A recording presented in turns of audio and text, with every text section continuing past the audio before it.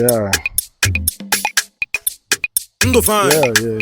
Yeah. Iyo kachao. Oi, I want to go there now. I want to know if I be guy. You go. On a break on Then you wish ya. Yeah, wasn't. I wish I didn't work. The I wish ya. Yo. Yeah, my Respect doing yourself. fine. Una here make we fair. The drip time. you can I disappear. Can be disgrace you Mo ki si alo yemo. Mo ala nkita mu egu ya kana use ba wolon go ri anya. Come man arwado to mo. Another worry na work. I wolon go ri anya daddy. Yeah, wasn't. I'm going to call you back. I have a visitor. Oh, yeah, wasn't. A very big one. Yeah, how are you? Oh, yeah, wasn't. I wolon go ri anya. How are you doing? Yes, we do the panu. What's the name? Oh, mo ba sa pon na kwa kwa mi ni yawo. Mo no mo ri na work. E wata na.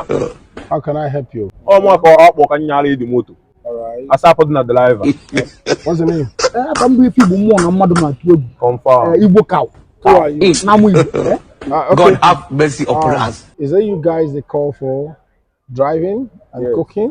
nika na Yes, ko ne. ana me se tufuru. Ibo le sina akarre mo ni sini.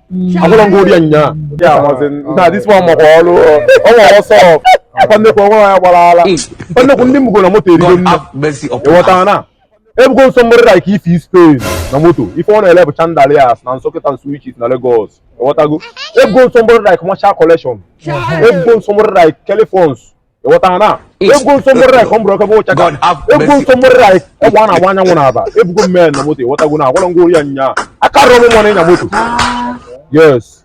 So please, can I know your experience about driving? Mpande ko ngo experience too much. Ebe nna go moto eri go nna. E wata na. Anyi go moto na Dubai efo. E wata na. Anyi go moto na China, gwedo na Trump. E wata go na. Ebe nna go moto eri go nna mpande ku. So si ife di there bu no. Mburu gi na moto you na change your glass every week. O nwere ihe ọzọ. E wata go. My Phantom. God Ebe have we go mercy ju upon ego. us. Onye we go ju ego Phantom, onye nwere go ye ju we change glass. Break proof di na moto. Ebe ko re chare we brain mpande. You guys can understand. Yes, even when I'm bored, I want to go there.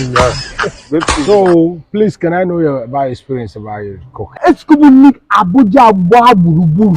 Why do you leave your job? Opo na ekwensu.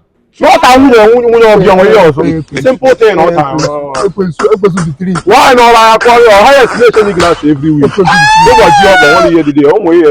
Please, I'm sorry, I cannot employ you guys. You cannot employ us. Mba na gaburo ni mba. Okay, Okay, when I know, if I was happening now, okay, when I know. Will you guys get out from this place if I call the security? when family God have mercy upon us. Please, can you leave this place? me leave please. Can you leave this facility now? Yes sir, yes sir. If I call the security? Oga na papa. When family problem. When family problem. Oga ko na have family problem. You need that.